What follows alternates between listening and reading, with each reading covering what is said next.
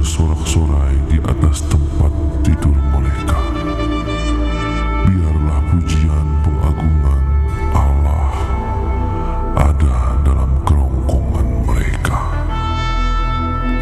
Padahal Engkaulah yang kudus, yang bersemayam di atas puji-pujian orang Israel.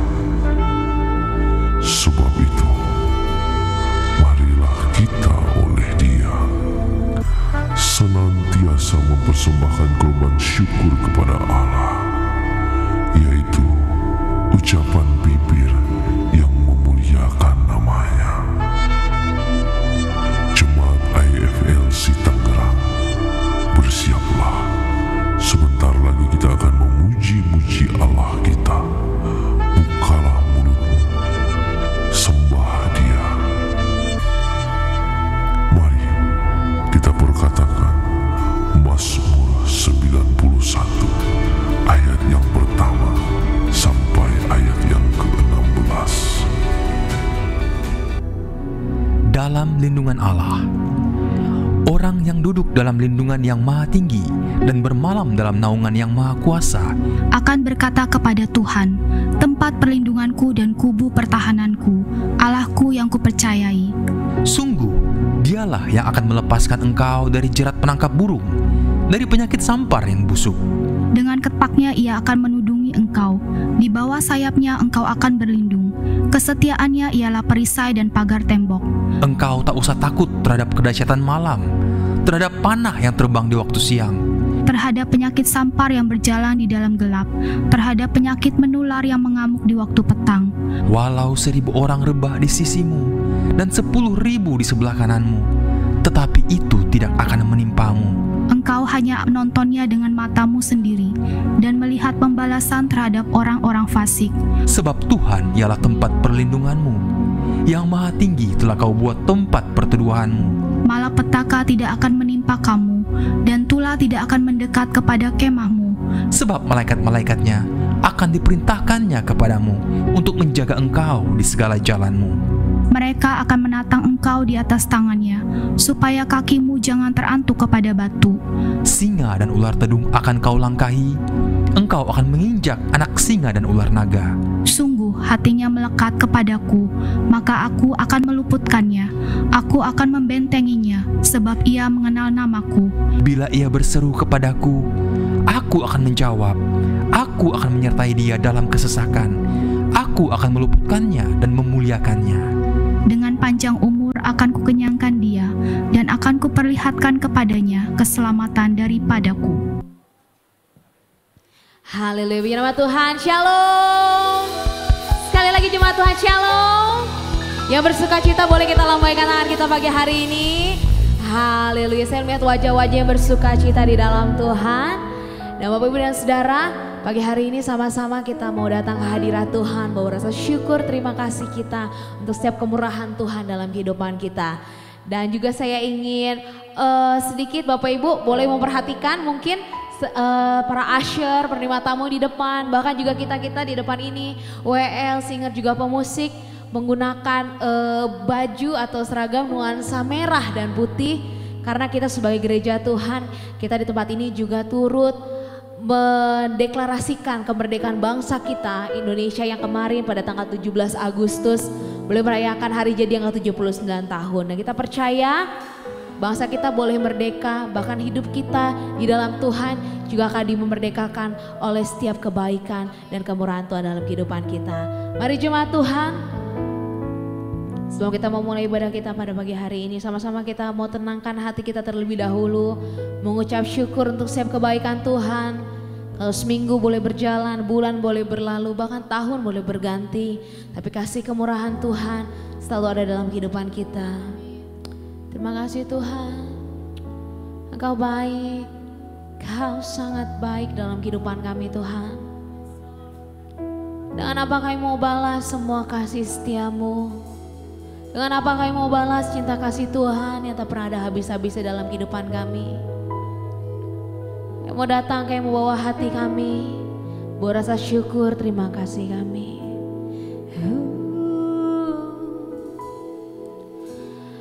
Tuhan, Kau sungguh besar, karya-Mu sungguh ajaib, tiada hentinya ku mengagumi, sungguh Kau ajaib. Tuhan, Kau sungguh besar, karya-Mu sungguh ajaib, tiada hentinya ku mengagumi, sungguh Kau ajaib. Ku mau selalu bersyukur kepadamu, Tuhan.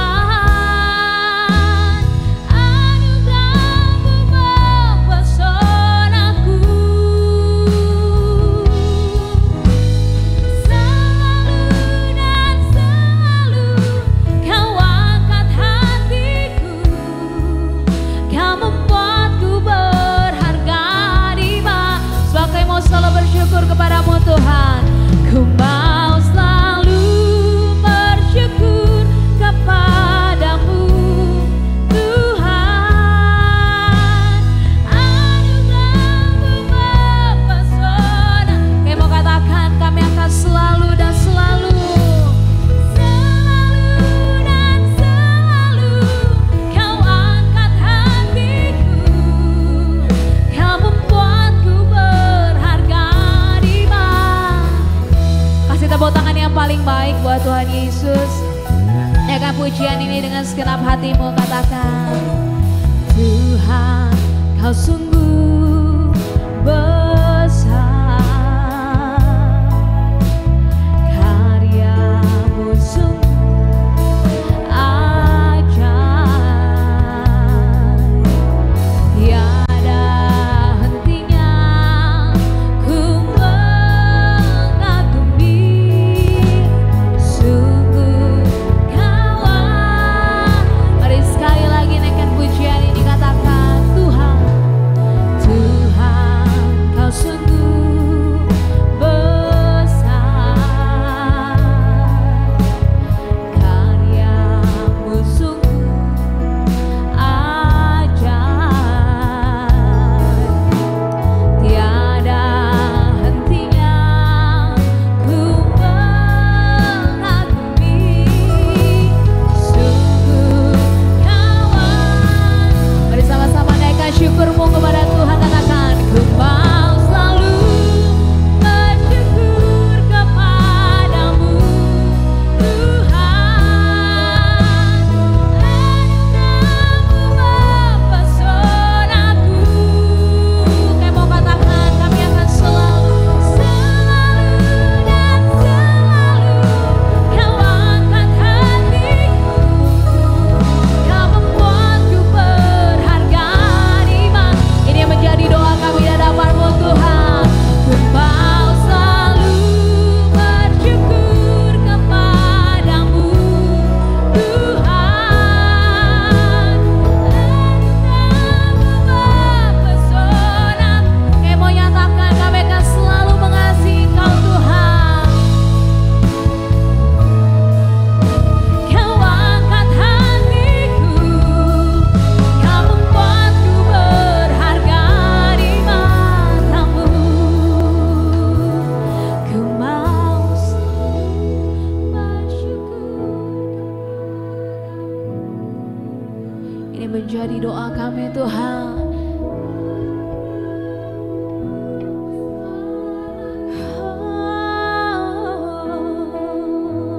Selalu dan selalu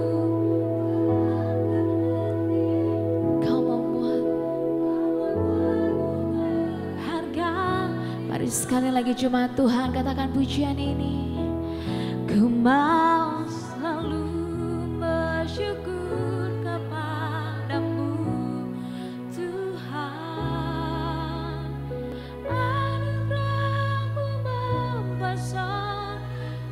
sebab selalu dan selalu Kau angkat hatiku, Kau membuatku berharga. Mari sama-sama kita bangkit berdiri di hadapan Tuhan, katakan, Kau selalu bersyukur kepada Tuhan, sebab anugerah-Mu Tuhan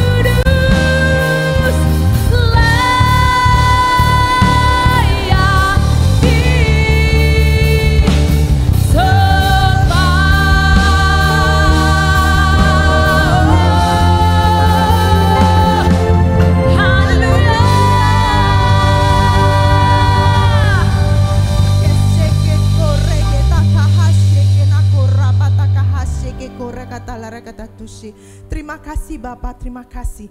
Terima kasih Allah Roh Kudus, kami rasakan kehadiran-Mu, kami rasakan lawatan-Mu pada siang hari ini. Bapa, kami berdoa untuk Indonesia. Bapa, Indonesia ada perkenanan, ada sesuatu yang baru yang Tuhan curahkan untuk Indonesia. Bapa, untuk seluruh Indonesia ini Bapa, kami bawa ke dalam doa-doa kami untuk tanah, untuk dari pemerintahan sampai dari rakyatnya Tuhan. Engkau campur tangan, Engkau Allah yang akan memberkati, Engkau Allah yang akan memulihkan Indonesia. Indonesia adalah biji mata-Mu Bapa, jadikan Indonesia berkat bagi bangsa-bangsa. Bahkan di dalam bulan ini bulan yang spesial dan untuk kemerdekaan Indonesia, Tuhan, biarlah seluruh rakyat Indonesia merasakan kemerdekaan, bebas dari terbelengguan, bebas dari segala sakit, penyakit, bahkan kutuk-kutuk Bapa. Bapa, biarlah pemulihan demi pemulihan terjadi untuk Indonesia. Ya Elohim.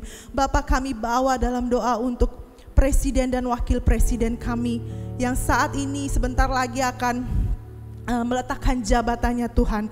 Tuhan, Engkau tetap berkati beliau Bapa, Engkau tetap berkati bahkan untuk seluruh keluarganya Tuhan. Mereka telah mengemban tugas yang mulia yang daripada-Mu Bapa. Berkati setiap seluruh kehidupan mereka, bahkan untuk presiden dan wakil presiden beserta jajaran pemerintahan yang terpilih yang akan memerintah Bapa. Tuhan, Engkau tambahkan hikmat-Mu, Engkau tambahkan kebijaksanaan-Mu Bapa. Biarlah peraturan kebijakan yang mereka buat itu berasal daripada-Mu Bapa. Jadikan mereka hamba yang takut akan Tuhan, yang melakukan segala sesuatunya itu berdasarkan daripada sesuai ketetapan dan kehendak-Mu.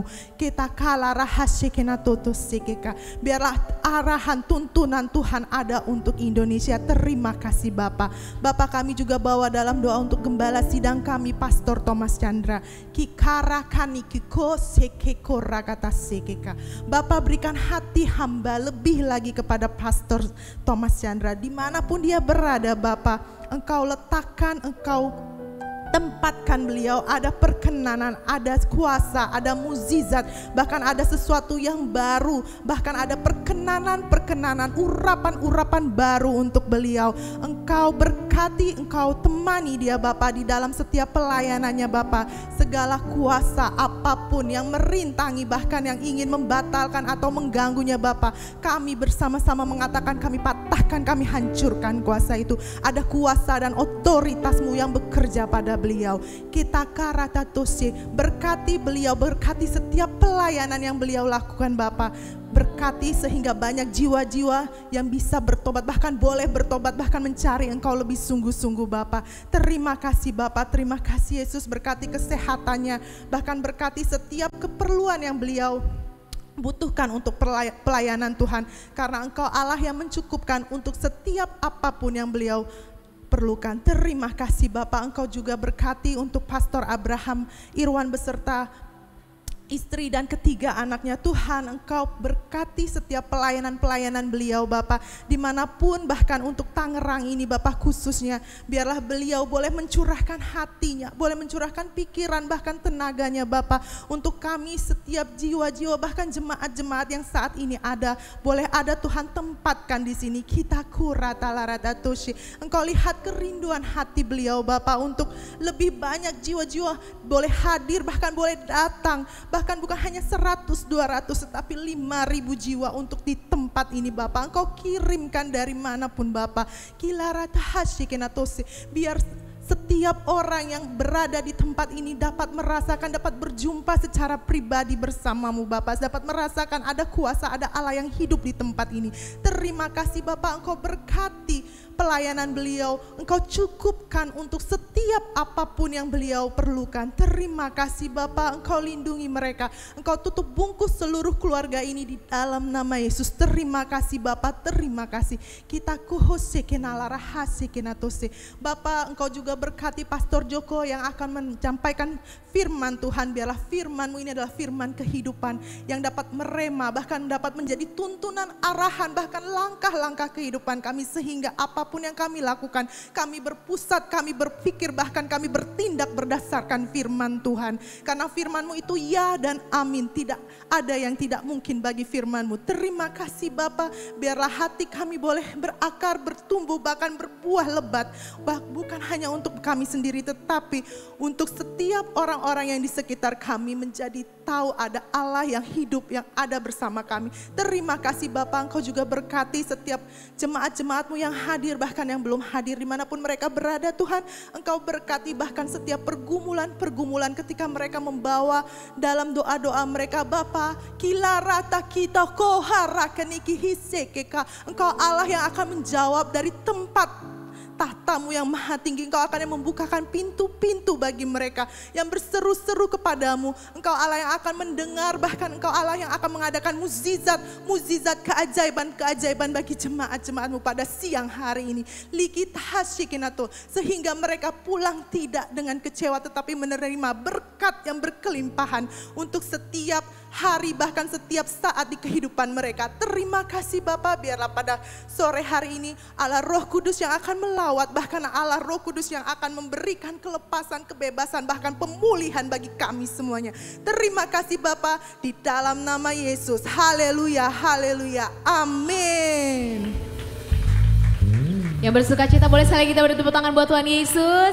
Haleluya. Kita berikan dulu salam kiri kanan depan belakang, minimal 5 orang Bapak Ibu dan Saudara. Katakan engkau pasti diberkati. Karena pagi hari ini kita semua akan diberkati. Haleluya. Tiba saatnya berkumpul bersatu memuji menyembah Tuhan. Bertepuk tangan karena kita percaya Allah Roh Kudus hadir di tengah-tengah kita pagi hari ini. Yeay.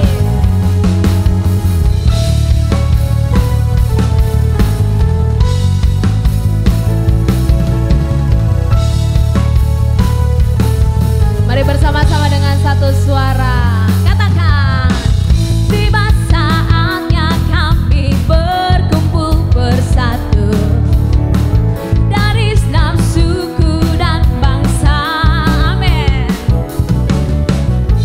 Berdiri di hadapan tanah anak domba, satu suara untuk menyatakan, mari sama-sama katakan, keselamatan bagi Allah yang duduk dan bertanah.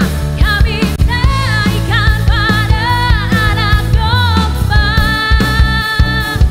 pujian dan kekuatan, hormat dan kekuasaan, kemuliaan bagi Dia selamanya.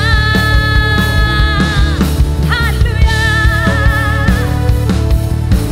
Sebab kemuliaan bagi Engkau Allah kami. Mari naikkan pujian ini dari awal dengan segenap hati, katakan, tiba saatnya kami berkumpul bersatu, amin. Dari setiap suku dan bangsa, berdiri di hadapan tahta anak domba, satu suara untuk apa? Sama-sama menyatakan, keselamatan bagi Allah yang duduk dan bertanda. Kami naikkan pada anak domba, pujian dan kekuatan, hormat dan kemuliaan bagi Kau Tuhan selamanya. Musik memuji Tuhan. Haleluya. Semua bersuka cita karena Dia hadir di tengah-tengah kita pagi hari ini. Amin. Yeay.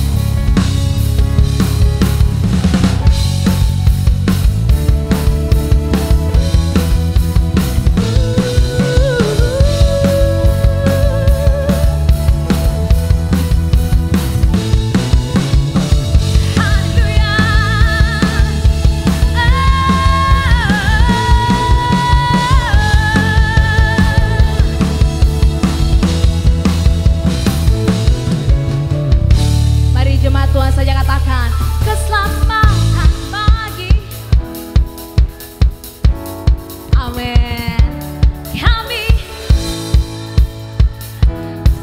Masih kurang kedengeran, sekali lagi cuma Tuhan katakan pujian, penghormatan, amin. Kemuliaan bagi Dia selamat. Mari katakan keselamatan, keselamatan bagi Allah yang duduk dan bertata. Kami naikkan pada harap sembah,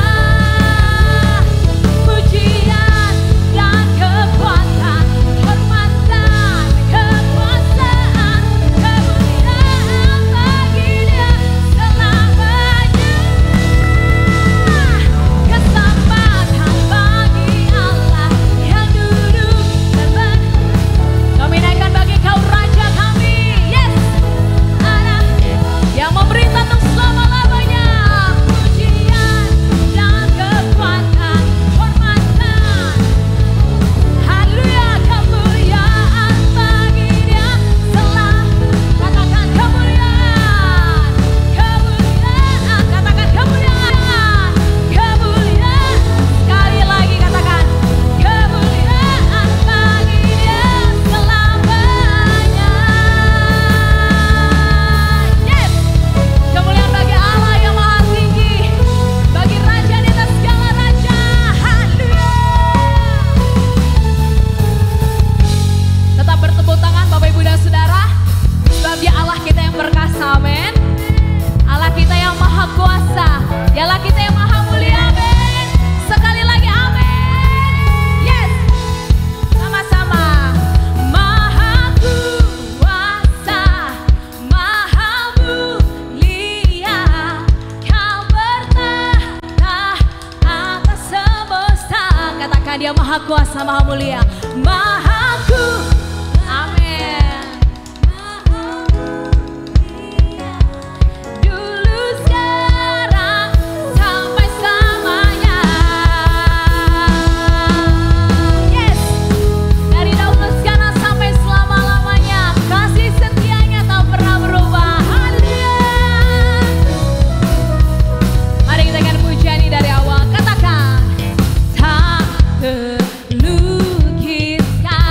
amin, kasih yang Kau berikan, karya terpegang, tiada tandingannya, tiada tandingannya. Dekat kasih-Mu, Dia yang setia menjaga setiap kita, menjaga. Mari sama-sama kita nyatakan haleluya, bahwa siapa yang terhebat, bahwa siapa, katakan bahwa Tuhan. Mari bersama-sama melompat bagi Tuhan. Maha kuasa, maha mulia, Kau bertahta atas semesta. Maha kuasa, maha kuasa, maha mulia, dulu, sekarang, sampai sama. Mari jemaat Tuhan saja katakan maha kuasa, maha Mana suaranya Bapak Ibu dan jemaat Tuhan?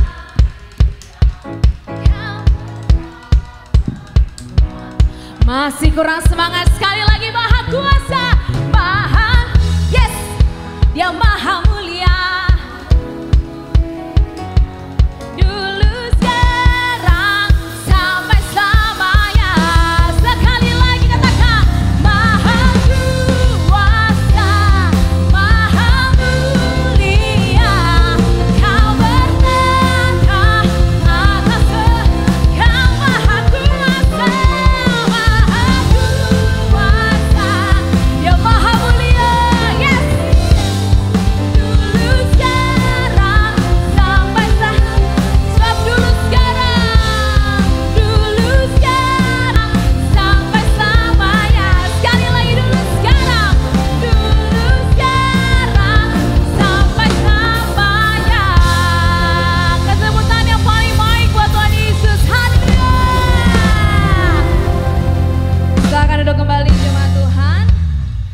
Segala pujian, hormat, syukur, kemuliaan hanya bagi Tuhan Yesus yang layak dipuji dan disembah.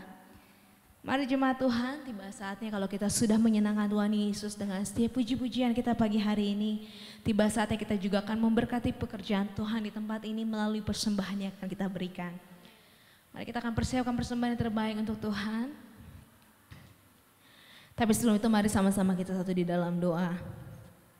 Terima kasih Tuhan Yesus, sungguh kami bersyukur buat kebaikan-Mu, kasih setia-Mu dalam kehidupan kami ya Bapa. Dengan apa kami mau balas semua cinta kasih Tuhan yang begitu berarti dalam kehidupan kami. Pagi hari ini kami akan memberkati pekerjaan Tuhan di tempat ini melalui dengan apa yang kami miliki ya Tuhan. Kami siap memberi penuh dengan sukacita di hadapan-Mu ya Tuhan. Berkati setiap tangan-tangan yang memberi maupun yang belum bisa untuk memberi. Kami percaya apa yang kami berikan ini boleh menjadi persembahan yang berbau harum di hadapan-Mu ya Bapa.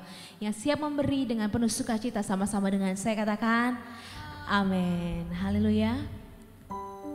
Sampai kita memberikan yang terbaik untuk Tuhan pagi hari ini.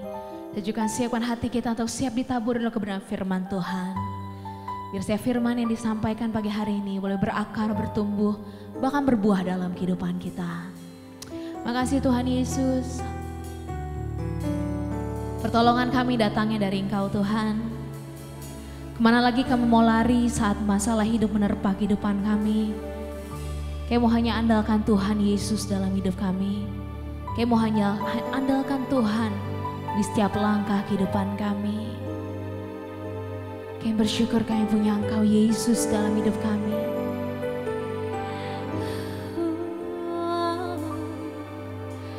Kuasa-Mu nyata di dalam kelemahanku, kekuatan-Mu menopang seluruh hidupku. Dari mana datang pertolonganku? Hanya Yesus pertolonganku. Kuasa-Mu nyata di dalam kelemahanku, kekuatan-Mu menopang seluruh hidupku. Dari mana datang pertolonganku? Hanya Yesus pertolonganku.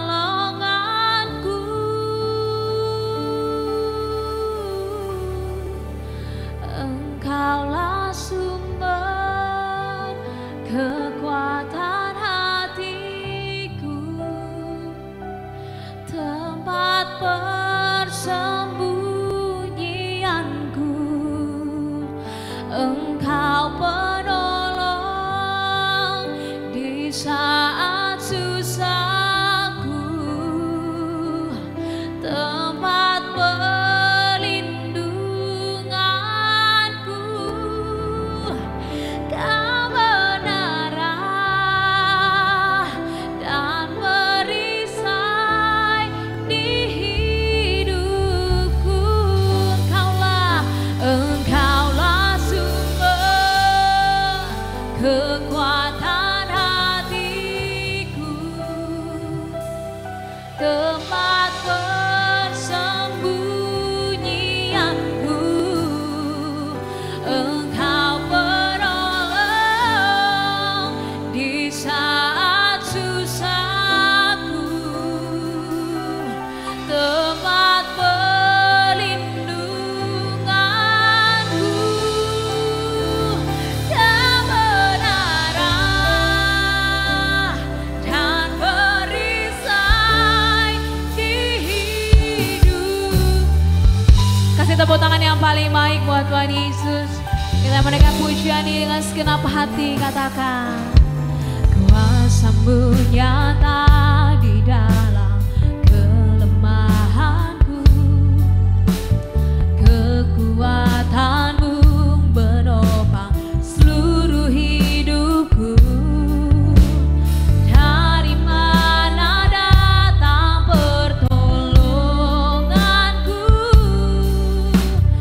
Hanya Yesus pertolonganku.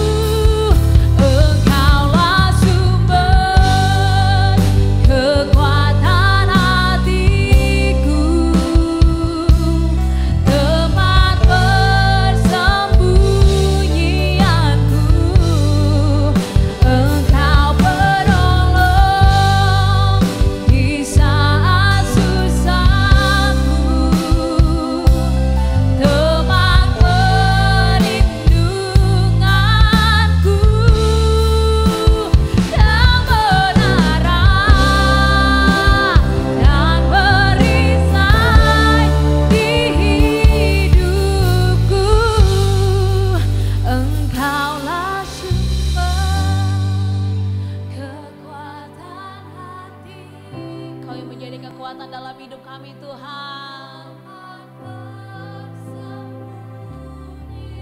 Engkau penolong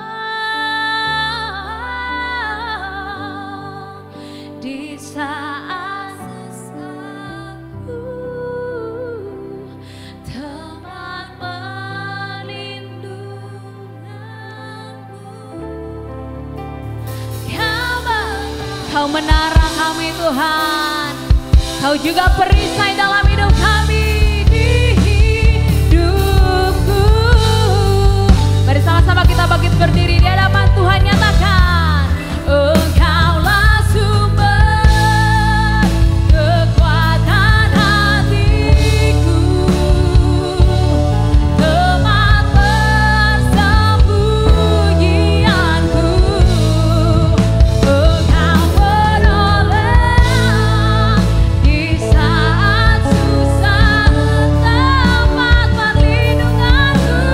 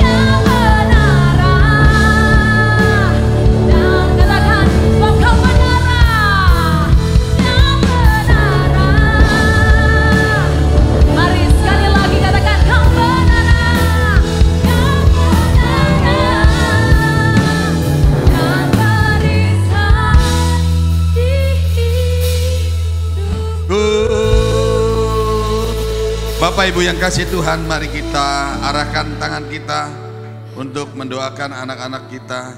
Biarlah mereka boleh bertumbuh di dalam pengenalan akan Tuhan, takut akan Tuhan, sehingga mereka berangkat dewasa dalam penyertaan Tuhan. Bapa di surga, kami mau bawa anak-anak ini ke dalam tangan-Mu. Mereka adalah anak-anak ilahi yang telah dilahirkan dari pasangan suami istri yang sudah diberkati dalam Tuhan. Kami berdoa Tuhan memberkati mereka. Berkati mereka dengan kesehatan, dengan hikmat, dengan perlindungan yang nyata sejak kecil sampai mereka dewasa. Tidak ada roh-roh lain yang menghalangi mereka untuk mereka bertumbuh dalam pengenalan akan Tuhan.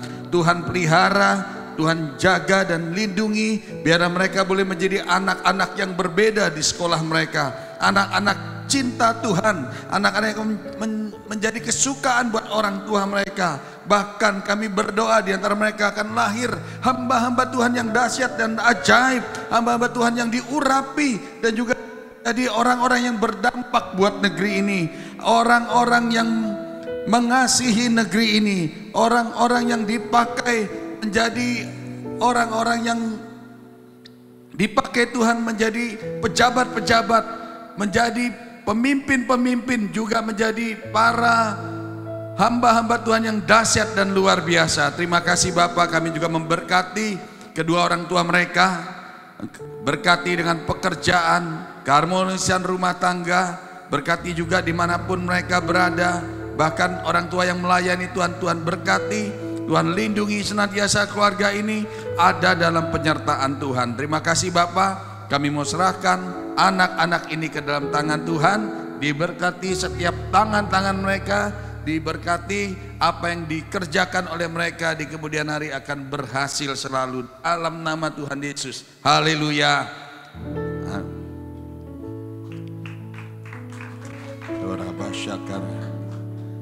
Saatnya kami juga mendengar firman-Mu Tuhan. Terima kasih untuk siang hari ini. Kami boleh datang memuji dan menyembah Tuhan. Kami boleh mengalami Tuhan. Bahkan kami boleh mengalami hadirat Tuhan. Firman-Mu mengatakan, berbahagialah orang yang Engkau pilih dan yang Kau suruh mendekat untuk diam di dalam pelataran-Mu. Kiranya kami menjadi kenyang dengan segala yang baik di rumah-Mu, di bait-Mu yang kudus. Terima kasih Engkau sudah melawat pribadi lepas pribadi. Dan saatnya kami mau mendengar apa yang menjadi pesan-Mu pada pagi hari ini. Mari urapi lidah dan bibir hamba-Mu Tuhan untuk boleh menyampaikan pesan-Mu. Dan hamba berdoa biar setiap firman yang ditabur tidak jatuh di pinggir jalan, tidak jatuh di semak berduri ataupun di tanah yang berbatu-batu sehingga firman itu menghimpit mereka. Tetapi hamba berdoa biar setiap firman yang ditabur jatuh di tanah yang subur sehingga berbuah lebat berlipat kali ganda dalam hidup kami. Berbicaralah ya Bapa, kami sambut firman-Mu di dalam nama Tuhan Yesus Kristus.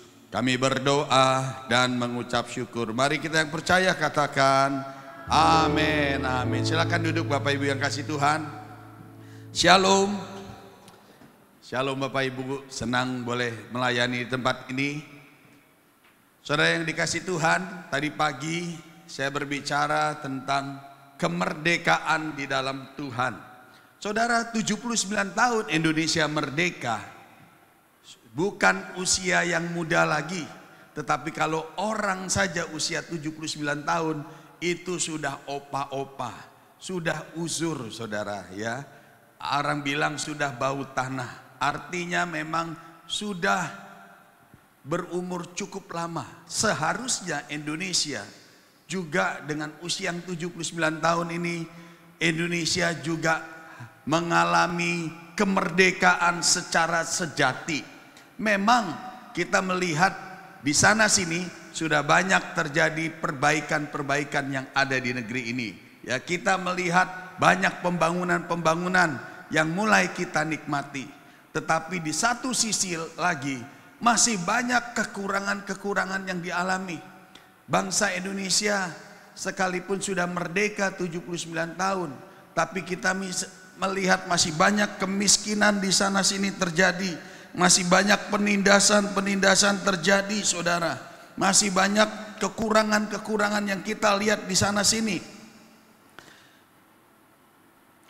Ketimpangan sosial, jurang pemisah antara yang kaya dan miskin, kerawanan sosial, perselisihan antar warga, antar suku, bentrokan antar aparat, ketidakadilan hukum, penindasan dari yang kuat kepada yang lemah. Dan juga di sini kita melihat karakter bangsa ini masih punya belum bisa meninggalkan sisa-sisa kolonial dari penjajahan Belanda. Mental menjajah dan mental dijajah masih ada.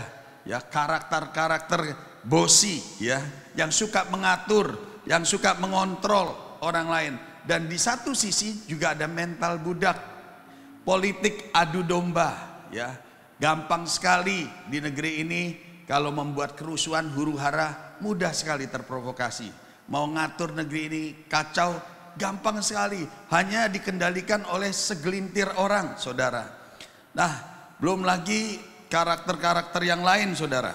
Di sisi lain kita membayar pajak, kita sudah ngikutin aturan, tapi kita juga belum mengalami apa yang fasilitas-fasilitas sebagai warga negara. Ya, tempat-tempat yang aman, ya, transportasi yang cukup nyaman, yang bisa memadai, jalan-jalan yang bagus. Ya, memang sudah ada perbaikan, tetapi kalau kita lihat di seluruh Indonesia belum merata. Dan juga keadilan sosial masih jauh dari negeri kita.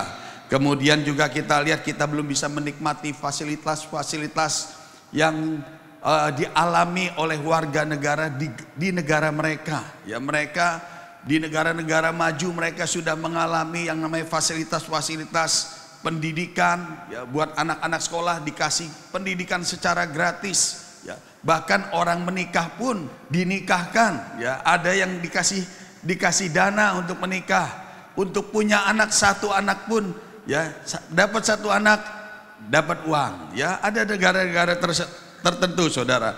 Belum lagi juga buat orang tua ada tunjangan-tunjangan pengobatan, tunjangan hari tua, ya. Di negara-negara lain warganya menikmati kemerdekaan yang dialami oleh negaranya mereka. Tetapi di tempat kita memang satu sisi banyak perbaikan-perbaikan, tapi di satu sisi juga masih jauh dari kemerdekaan yang kita alami. Saudara, bicara dengan kemerdekaan itu demikian diri kita.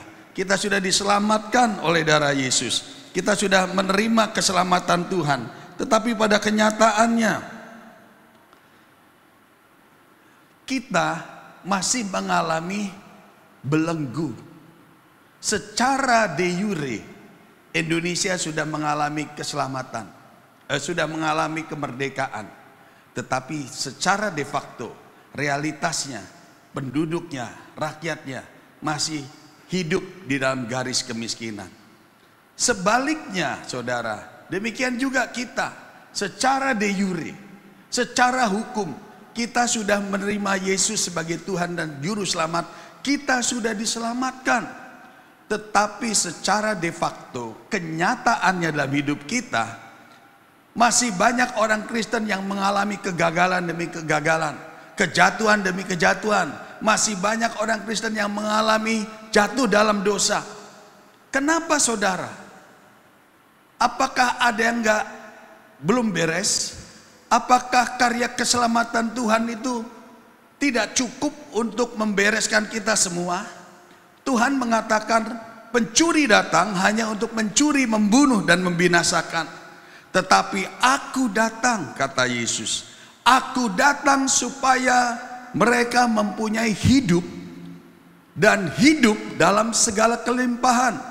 Artinya bukan hanya kehidupan kekal, keselamatan kekal. Ketika nanti waktu kita dipanggil pulang, kita masuk dalam kerajaan sorga. Tetapi saat ini, waktu kita masih hidup dalam dunia ini, seharusnya kita juga mengalami kemenangan demi kemenangan dalam kehidupan kita.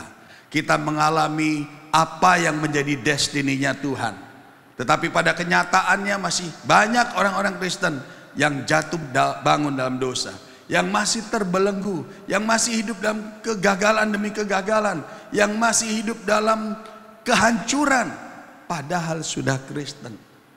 Tadi pagi saya membahas apa penyebab yang membuat orang-orang yang sudah lahir baru diselamatkan, tapi masih mengalami kesulitan, masih mengalami dibelenggu.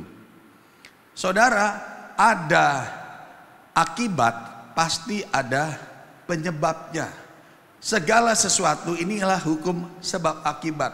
Segala sesuatu, ada sesuatu yang terjadi, pasti ada penyebabnya. Kalau terjadi kebakaran di satu tempat, pasti ada penyebabnya. Orang bisa hamil, pasti juga ada penyebabnya. Ya, semua pasti ada penyebabnya. Demikian juga kalau kita sudah percaya Yesus, diselamatkan, tapi kita masih mengalami belenggu, hidup dalam keterpurukan, kejatuhan, pasti ada penyebabnya. Tadi pagi saya membahas bahwa penyebabnya yang pertama, karena masih adanya orang yang suka jatuh bangun dalam dosa. Sudah Kristen, sudah lahir baru, tapi masih senang berbuat dosa. Dia pikir Tuhan itu Tuhan yang penuh kasih. Jadi kalau kita berbuat dosa, pasti Tuhan ampuni. Tuhan itu panjang sabar. Makanya banyak orang Kristen kompromi terhadap dosa. Sudah lahir baru, sudah jadi Kristen, tapi masih suka pergi ke dunia malam, masih suka berbuat dosa, masih senang mencicipi dosa. Yang kedua, adanya celah dalam kehidupan kita, adanya luka-luka. Itu yang membuat celah. Saudara, dosa dan luka-luka, kebencian, sakit hati, itulah portal dalam kehidupan rohani kita yang terbuka. Pada saat kita berbuat dosa, di situ kita sedang berkompromi dengan iblis. Dan saudara tahu iblis itu selalu mendakwa kita siang dan malam di hadapan di tahta Tuhan. Begitu dia mendapati kita jatuh dalam dosa, kita melanggar yuridiksi yang dibikin oleh Tuhan, dibuat oleh Tuhan, di situ iblis mendakwa kita. Iblis itu seperti singa yang mengaum, berkeliling. Begitu dia melihat kita membuka celah, dia masuk. Itu sebabnya waktu kita buka celah karena kita berbuat dosa, kita membuka celah karena hati kita yang luka. Di situ tempat akses di mana iblis keluar masuk dalam hidup kita. Dan waktu iblis masuk, iblis akan mengobok-obok seluruh kehidupan kita. Iblis akan merusak seluruh aspek hidup kita. Misalnya kalau rumah tangga ribut, gara-gara ribut, diadu kiri kanan, akhirnya salah satu mulai berselingkuh. Bukan itu saja, iblis terus obok-obok lagi sampai hartanya habis, pekerjaannya habis. Tidak cukup sampai di situ, anak-anaknya broken home, anak-anaknya kecewa, dan anak-anaknya juga jatuh dalam dosa. Iblis itu merusak, menghabisi, kalau bisa sehabis-habisnya dia rusak. Kenapa? Karena orang Kristen membuka celah. Kalau selama orang Kristen tidak ada celah, iblis tidak bisa masuk. Karena secara hukum kita sudah diselamatkan oleh darah Yesus. Pertama, Yesus yang mati atas hidup kita. Yang kedua, saudara, kita mengambil kemenangan Kristus sebagai kemenangan kita. Sehingga iblis itu tidak ada hak lagi atas hidup kita. Karena roh yang ada dalam diri kita lebih besar dari roh apapun dalam dunia ini. Tetapi kenapa bisa iblis masuk? Karena celah yang dibuat. Itu sebabnya iblis masuk dalam hidup kita. Nah, saudara, tadi pagi saya menuntun kita semua bagaimana kita menutup celah-celah tersebut supaya iblis tidak lagi mengobok-obok hidup kita. Yang pertama, kita bertobat, mengakui segala dosa kita, mengakui segala pelanggaran kita, minta ampun sama Tuhan. Yang kedua, kita mengampuni orang-orang yang menyakiti kita. Bahkan mungkin ada kita tidak bersalah sama orang itu, tapi orang itu menyakiti kita. Kita lepaskan pengampunan. Sebab kalau kita tidak melepaskan pengampunan, kita masih sakit hati, kita menerima racun yang disebar oleh orang itu.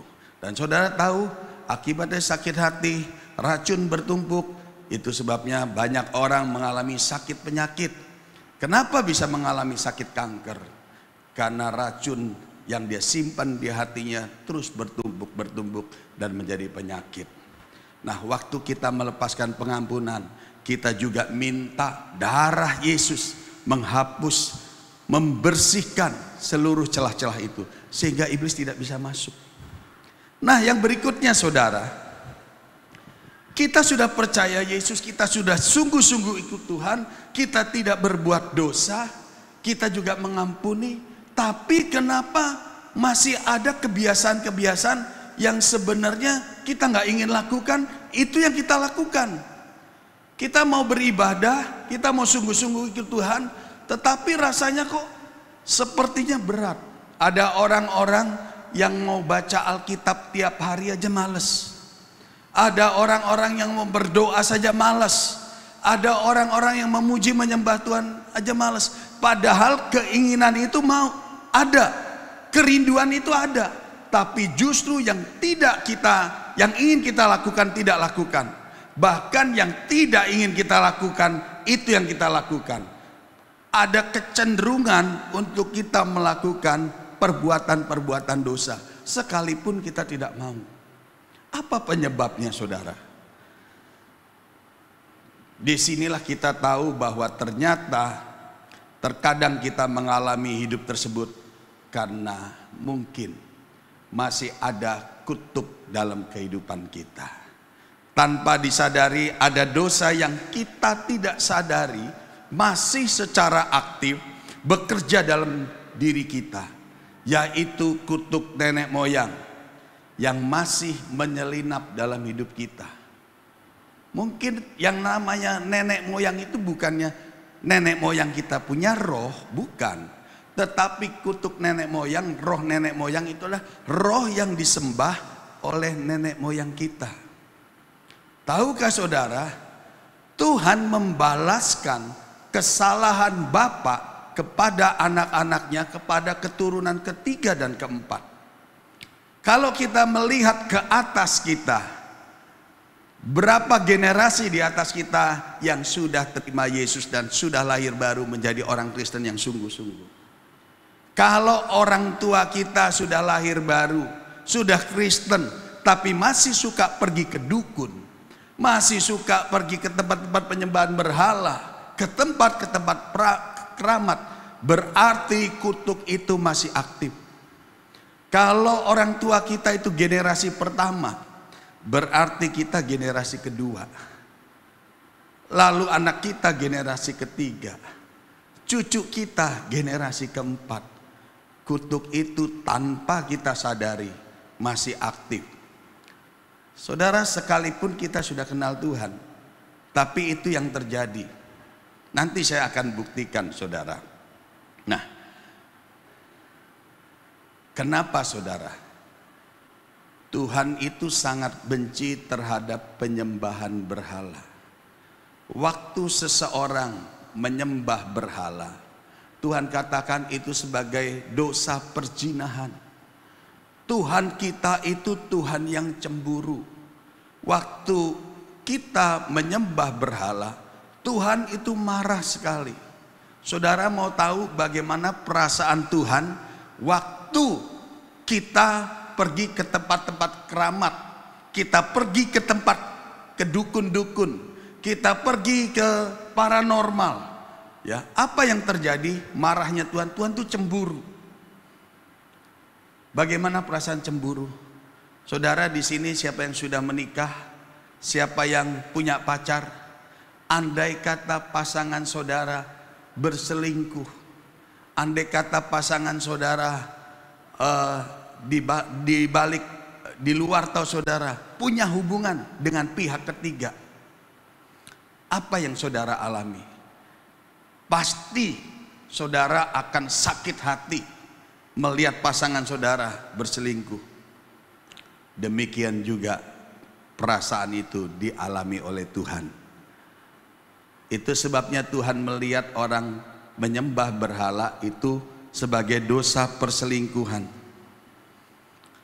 Akibat dosa perselingkuhan itu, Tuhan menjatuhkan hukuman kepada keturunan-keturunan yang ketiga dan keempat. Kenapa saudara? Karena penyembahan Allah itu cemburu, ya. Dikatakan mengapa Tuhan membalaskan kesalahan Bapa kepada anak-anaknya? Karena Tuhan kita adalah Tuhan yang cemburu. Yang kedua, Tuhan itu sangat membenci penyembahan berhala. Yang ketiga, penyembahan berhala itu membangkitkan cemburu dan menimbulkan sakit hati Tuhan. Saya tidak perlu bacakan ayatnya karena terlalu kebanyakan. Tuhan memandang penyembahan berhala itu muak, saudara. Ini tata bahasa, pilihan kata-katanya kata-kata yang mengerikan, ya. Tuhan memandang penyembahan berhala sama dengan berlaku busuk di mata Tuhan. Jadi Tuhan sangat membenci.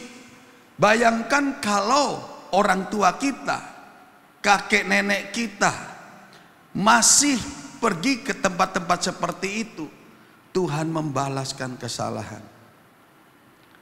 Dulu orang tua saya, keluarga besar saya suka pergi ke Gunung Kawi. Sudah Kristen, untuk apa? Cari kekayaan. Ke gereja, tapi kompromi juga tetap jalan. Kalau sakit, ke dokter nggak sembuh, tidak cari Tuhan, cari dukun alternatif, minta obat yang bisa menyembuhkan. Saudara tahu ini adalah kekejian di mata Tuhan. Makanya tidak heran kenapa kebiasaan-kebiasaan buruk itu masih ada dalam diri kita. Karakter-karakter buruk itu mempengaruhi emosi kita, mempengaruhi pola pikir kita, mempengaruhi cara hidup kita. Bayangkan saudara, sampai sekarang masih ada orang-orang Kristen yang percaya akan tahayul. Kalau foto bertiga, jangan foto bertiga. Bukankah itu paham dari nenek moyang kita, saudara? Terus kalau mau kencing di tengah jalan, ngomong dulu ya, numpang-numpang anak kambing mau kencing. Kita dikatakan anak kambing, saudara. Padahal kita anak Tuhan. Ya. Kalau mau pergi lama, tempat tidurnya dikasih sapu lidi. Saya nggak ngerti maksudnya apa. Itu paham-paham dari nenek moyang yang sampai sekarang masih membekas dalam pikiran kita tanpa kita sadari.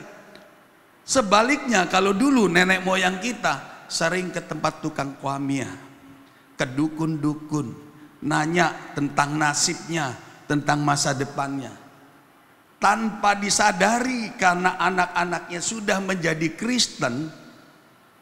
Kebanyakan dari mereka tidak membaca firman, tidak doa, tapi sekarang banyak yang latah. Ada hamba Tuhan A, ada hamba Tuhan B, punya karunia, datang bertanya, pastor dapat apa tentang saya? Pastor kira-kira lihat saya bagaimana? Masih ada kutuk. Saudara, ini gak salah.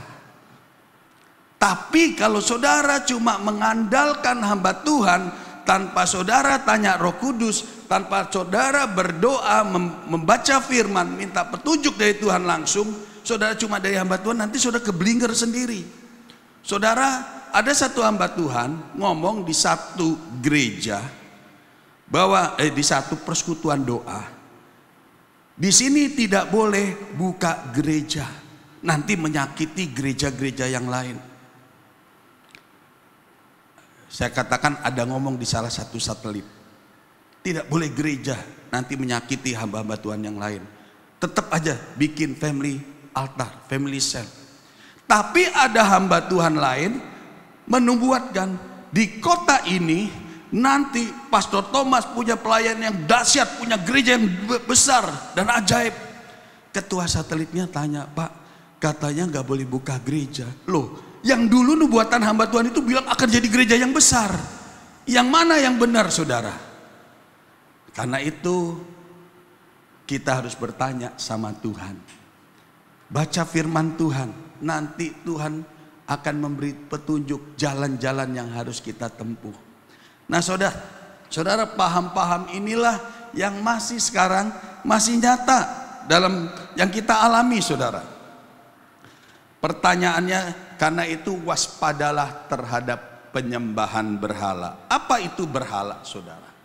Sesuatu yang tidak boleh disembah selain Tuhan Yesus atau selain Allah Yahweh, ya, dalam bentuk dewa, manusia, gambar patung yang setara dengan Tuhan. Itu penyembahan berhala. Atau saudara murtad, saudara beralih kepada kepercayaan lain, itu pun penyembahan berhala. Atau juga sesuatu yang melebihi cinta kita kepada Tuhan. Misalnya kita lebih mencintai suami kita, istri kita lebih dari Tuhan. Kita lebih mencintai anak kita, orang tua kita, kekasih. Makanya kadang-kadang jangan heran ada anak yang dikasih diambil Tuhan. Karena cinta dia sama anak melebihi cinta dia kepada Tuhan. Karena Tuhan adalah Allah yang cemburu. Ada juga berhala mereka adalah dosa-dosa kedagingan. Seks maniak, hobi, kekayaan. Mungkin berhala kita ada mobil, berhala kita ada gadget kita, media sosial kita. Itu menjadi berhala. Ataupun kita mengunjungi tempat-tempat berhala, penyembahan berhala, kuil, wihara, kelenteng dan lain sebagainya. Kemudian juga mengunjungi tempat-tempat keramat seperti Gunung Kawi, Gunung Kemukus. Saudara tahu Gunung Kemukus di Jawa Tengah? Itu untuk mendapatkan kekayaan, mereka melakukan ritual seks yang sah. Menurut mereka, saudara. Nah, juga meminta pertolongan kepada orang-orang pintar. Pergi ke dukun-dukun, tukang kuamia, pengobatan alternatif, minum air mujarab. Kalau saudara pernah melakukan itu adalah bentuk-bentuk dari penyembahan berhala. Dan ingat, Tuhan membenci. Karena itu, jauhilah penyembahan berhala, sebab Tuhan adalah Allah yang cemburu. Saudara, sikap cemburu dan sakit hati biasanya terjadi di antara dua pribadi yang saling mencinta, antara pria dan wanita. Ketika salah satu dari pasangan itu berkhianat dan beralih kepada pribadi lain, maka akan menimbulkan sakit hati dan kecemburuan dari pasangannya. Saudara, demikian pula hubungan kita dengan Tuhan. Hubungan kita dengan Kristus itu dianalogikan seperti hubungan suami istri. Efesus 5 ayat 31-32 mengatakan, sebab itu laki-laki akan meninggalkan ayahnya dan ibunya dan bersatu dengan istrinya, sehingga keduanya menjadi satu daging. Rahasia ini besar, tetapi yang aku maksudkan adalah hubungan Kristus dengan jemaat. Hubungan kita dengan Kristus itu dianalogikan seperti hubungan suami istri. Makanya kita dikatakan menjadi mempelai Kristus. Mempelai, saudara. Kristus adalah mempelai pria dan kita adalah mempelai wanitanya. Tuhan sangat mencintai kita dan kita juga mencintai Tuhan. Jadi waktu kita beralih kepada ilah atau berhala, pasti akan menimbulkan kecemburuan dan sakit hati Tuhan. Tuhan memandang itu sebagai dosa perzinahan. Ya, sebab mereka berzinah, kata Tuhan. Tangan mereka berlumuran darah dan mereka berzinah dengan menyembah berhala-berhalanya. Yehezkiel 23 ayat 37. Jadi saudara, penyembahan berhala bukan sekedar penyembahan berhala, tetapi daripada itu Alkitab mengatakan penyembahan berhala itu adalah dosa perzinahan. Nah, ini kenapa dikatakan dosa perzinahan? Ini yang saudara harus tahu. 1 Korintus 6 ayat 16 sampai 17. 1 Korintus 6 ayat 16 sampai 17. Baik, saya bacakan. Atau tidak tahukah kamu bahwa siapa yang mengikatkan dirinya pada perempuan cabul menjadi satu tubuh dengan dia. Ingat ya, waktu berbuat cabul maka akan jadi satu tubuh. Sebab demikianlah kata Nas, keduanya akan menjadi satu daging. Nah, ayat 17. Tetapi siapa yang mengikatkan dirinya pada Tuhan menjadi satu roh dengan dia. Apa maksudnya? Bagaimana kalau kita mengikatkan diri dengan roh-roh lain? Berarti kita mengikatkan diri dengan roh lain. Saudara, kenapa waktu kita menyembah berhala dikatakan melakukan perzinahan rohani? Saudara tahu, waktu hubungan suami istri, maka akan mereka bersatu dan akan terjadi pembuahan, melahirkan anak-anak biologis. Itu manusia dengan manusia, daging dengan daging.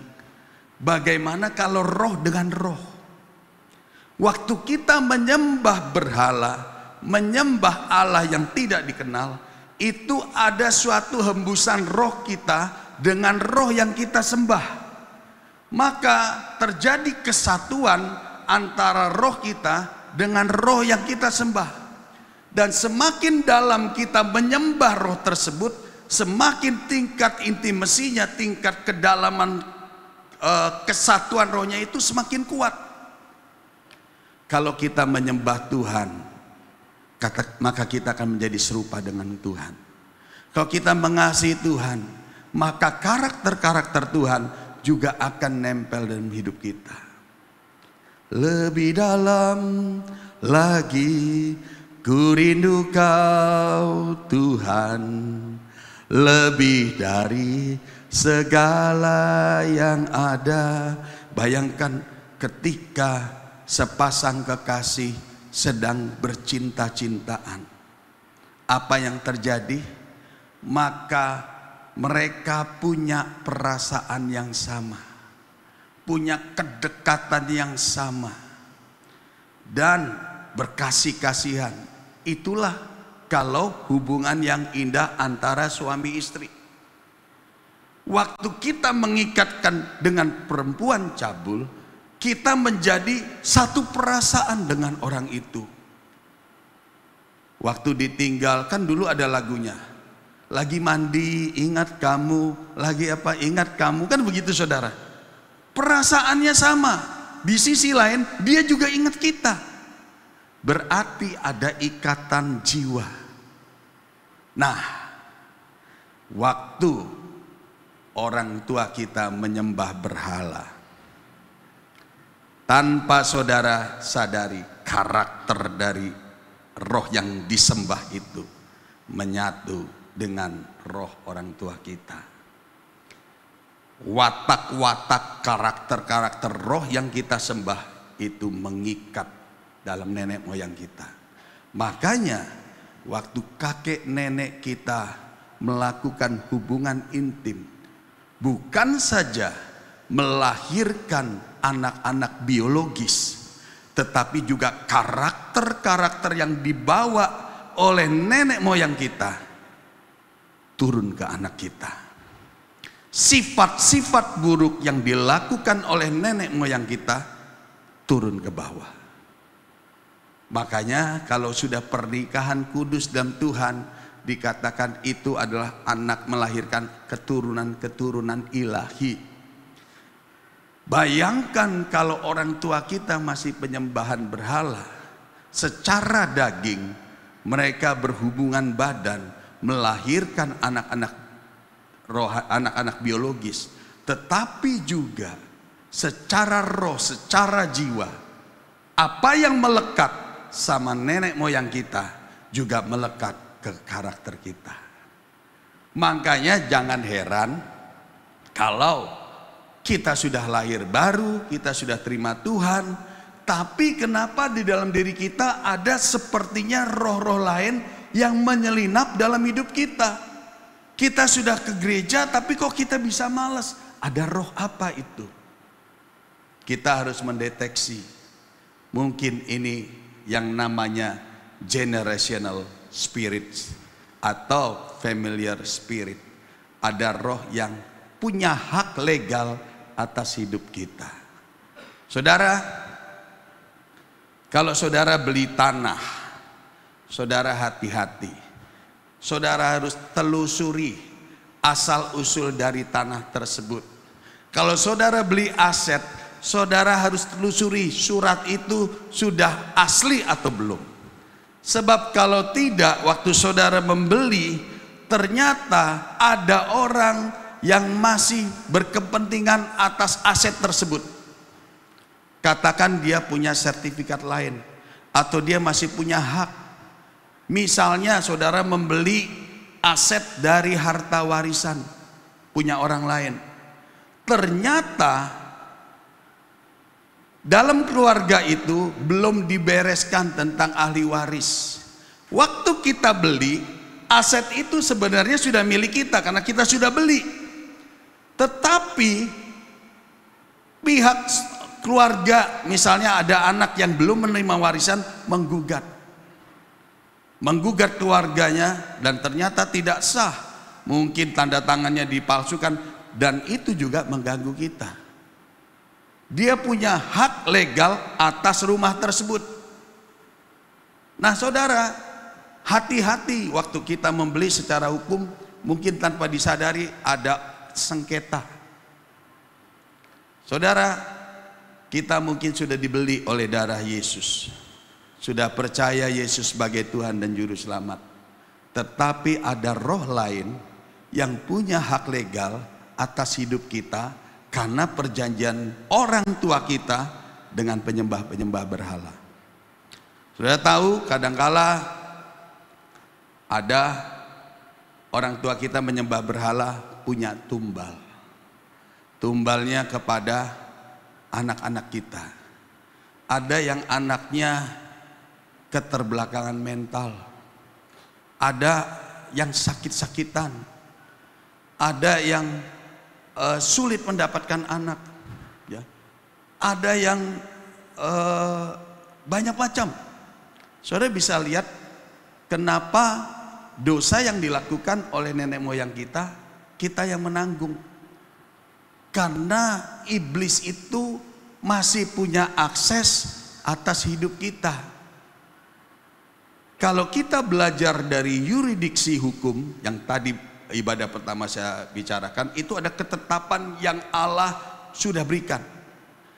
Bahwa Tuhan akan membalaskan kesalahan bapak kepada anak-anaknya, kepada keturunan ketiga dan keempat, dan itu dicatat iblis. Itu satu hukum yang dicatat iblis. Karenanya waktu bapak kita menyembah berhala turun ke anaknya, anaknya sudah lahir baru, tapi kenapa kita masih mengalami hal-hal seperti ada ikatan? Karena iblis masih punya kepentingan. Dan iblis itu siang dan malam mendakwa kita di hadapan tahta Tuhan. Dia terus cari kelemahan kita. Tidak heran kenapa kita masih mengalami ikatan-ikatan. Makanya saudara menyadari enggak, di dalam hidup kita ini kita mau berbuat baik, tapi yang jahat kita lakukan. Seringkali ada istilah Pastor Abraham suka ngomong, senang lihat orang susah, susah lihat orang senang. Waktu ada kejatuhan hamba Tuhan, bukannya kita ikut sedih, tapi justru kita ikut senang. Berarti ada yang gak beres dalam roh kita. Waktu Gilbert Kesleo ngomong tentang perpuluhan, menyinggung agama lain, yang menghakimi itu orang-orang Kristen. Bahkan dibilang laporin saja ke polisi. Orang-orang Kristen senang. Kenapa? Dia susah lihat Gilbert itu dipakai Tuhan. Lihat pendeta Gilbert itu semakin subscribernya semakin banyak. Ada hamba-hamba Tuhan yang iri, dengki. Saudara, kalau ada hamba Tuhan yang jatuh, bagaimana perasaan Tuhan? Apakah Tuhan juga tepuk tangan senang? Kan enggak, saudara. Tuhan pasti bersedih. Lah, kalau kita bersenang atas kejatuhan orang lain, ada roh siapa di dalam diri kita? Ada juga, ada orang punya penampilan yang bagus, selalu aja dikomentarin, selalu dilihat sisi jelek, selalu dikata-katain. Semalam Pastor Thomas juga bicara tentang iri hati dan kedengkian. Kenapa saudara? Padahal orang itu nggak kenal kita. Kita juga nggak kenal sama orang itu. Tetapi waktu orang itu bisa kita komentarin. Ini berarti ada familiar spirit. Ada roh yang menghakimi. Ada yang nggak beres. Ini yang harus diusir saudara. Roh-roh inilah yang masih mengikat kita, karena tanpa kita sadari ini yang menghalangi kita untuk bertemu dengan Tuhan. Saudara, ada satu kisah di Amerika. Sebuah keluarga, pasang suami istri, mempunyai 2 orang anak laki-laki yang sudah remaja, membeli rumah, menempati rumah di pinggiran kota.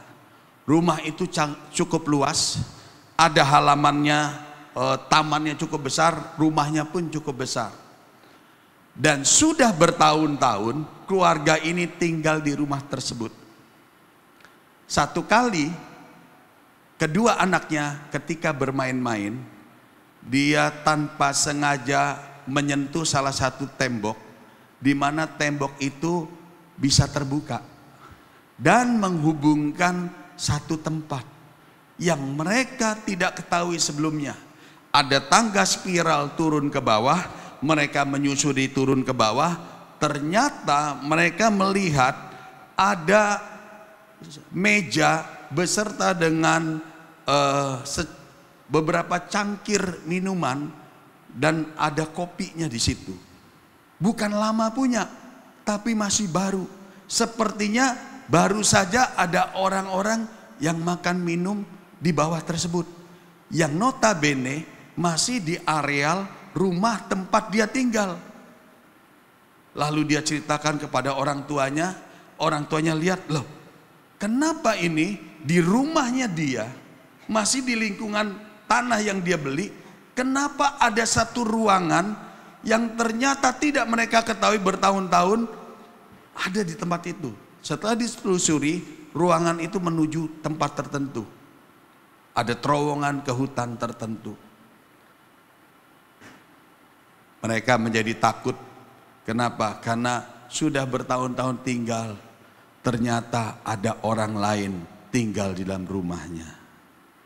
Tahukah saudara, mungkin kita merasa sudah ada Roh Kudus dalam diri kita, tapi tanpa kita sadari masih ada roh-roh lain yang menyelinap dalam hidup kita, dan kita tidak sadari itu mengganggu kita, mengganggu kehidupan kita. Saudara, hati-hati. Inilah yang namanya kutuk. Akibat dosa orang tua kita, maka itu turun ke atas kita. Ratapan 5 ayat 7. Bapak-bapak kami yang berbuat dosa, mereka tak ada lagi, dan kami menanggung kedurjanaan mereka. Jadi sekarang sudah jelas mengapa ada dosa yang kita sadari masih bekerja aktif dan selalu menyelinap dalam hidup kita, yaitu dosa kutuk nenek moyang. Jadi waktu nenek moyang kita, orang tua kita berhubungan intim, bukan hanya melahirkan kita sebagai anak-anak biologis, tapi karakter-karakter orang tua kita yang dulunya bersekutu dengan penyembahan berhala, karakter itu masih melekat di kita. Saudara pernah nggak lihat ada satu keluarga yang mamahnya, kelakuan buruk mamanya nurun ke anaknya, kelakuan buruk papanya nurun ke anaknya. Bukan hanya sifat karakter, termasuk sakit penyakit. Ada sakit penyakit keturunan. Itulah yang namanya kutuk-kutuk yang tidak kita sadari, saudara. Roh nenek moyang itu menyebabkan orang kehilangan daya pandang rohani di dalam menggenapi tujuan hidup mereka. Roh ini sering berada di balik kegagalan orang. Ya, kenapa mereka tidak bisa mencapai kesuksesan yang langgeng? Biang keladinya ini, saudara. Beberapa waktu yang lalu, saya suka cuci di sebuah car wash. Di situ ada anak muda yang ceria, usia masih 33 tahun, belum menikah. Biasanya kalau datang dia ikut ngelap, ikut bersihin mobil. Seminggu kemudian waktu saya datang, anak muda ini duduk termenung, lihat ke depan. Lalu saya tanya, kenapa kamu kok hari ini kamu gak nyuci? Saya gak bisa lihat, Pak. Loh, kenapa gak bisa lihat? Mata saya kabur. Loh, kamu masih muda tapi matanya kabur, kenapa? Gak tahu, Pak. Tiba-tiba saja. Terus bosnya ini juga teman saya ngobrol. Dia bilang nanti saya mau bawa ke dokter. Katanya kalau beberapa hari belum sembuh akan dibawa ke dokter. Ketika dibawa ke dokter, cek darah dan lain sebagainya, ternyata kedapatan leukemia. Singkat cerita, nggak sampai sebulan dari saya ketemu, orang itu sudah meninggal. Padahal sehat-sehat aja. Waktu ditanya, ternyata papa mamanya mati muda, kena kanker pula, walaupun jenis kankernya berbeda. Saudara, kutuk-kutuk ini yang tanpa kita sadari masih melekat dalam diri kita. Saya percaya waktu saya menyampaikan sesuatu, Roh Kudus sedang mengingatkan kepada saudara atas kutuk-kutuk yang terjadi dalam keluarga besar saudara. Nah, masih ada waktu, Bu Bella? Boleh ya? Kita sambung ya saudara. Oke, yang berikutnya. Bagaimana mencari akar masalah dari dosa kutuk nenek moyang? Sebenarnya kalau di tempat lain saya bagi dua. Tapi ini saya gabungin, saya singkat ya. Karena nanggung juga saudara. Bagaimana mencari akar masalah dosa kutuk? Yang pertama saudara harus tahu pola dosa. Pola dosa itu adalah dosa yang terjadi dalam keluarga turun-temurun yang belum dibereskan. Yang kedua yang saudara harus ketahui adalah celah dosa. Celah di mana iblis mendapatkan akses masuk secara legal ke area hidup kita sehingga mendatangkan kutuk baru. Makanya di dalam setiap pelayanan-pelayanan terhadap orang-orang yang mengalami masalah, saya selalu mencari akar masalahnya itu di mana. Ada di Palangkaraya satu kali ada orang istri yang bilang, "Pak, doakan suami saya. Suami saya itu main perempuan, dia minta didoakan pelepasan." Loh saudara, bukan masalah didoakan kelepasan, akar masalahnya di mana? Kalau akar masalahnya hubungan suami istri nggak diberesin, maka tetap aja jatuh dalam dosa.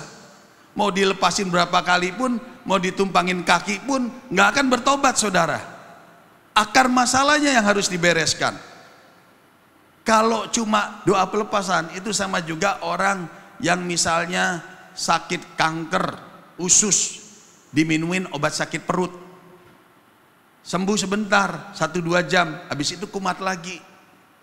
Karenanya kita harus cari akar masalah. Nah demikian juga kutuk, kita mesti cari pola dosanya apa, celah dosanya di mana iblis masuk dalam mengambil seluruh akses kehidupan kita. Itu yang kita perlu tahu. Pola dosa itu tadi saudara, Ratapan 5 ayat 7. Bapak kita yang berbuat dosa, mereka tidak ada lagi dan kami menanggung kedurjanaan mereka. Saudara, orang berpikir bahwa dosa adalah sifatnya linear.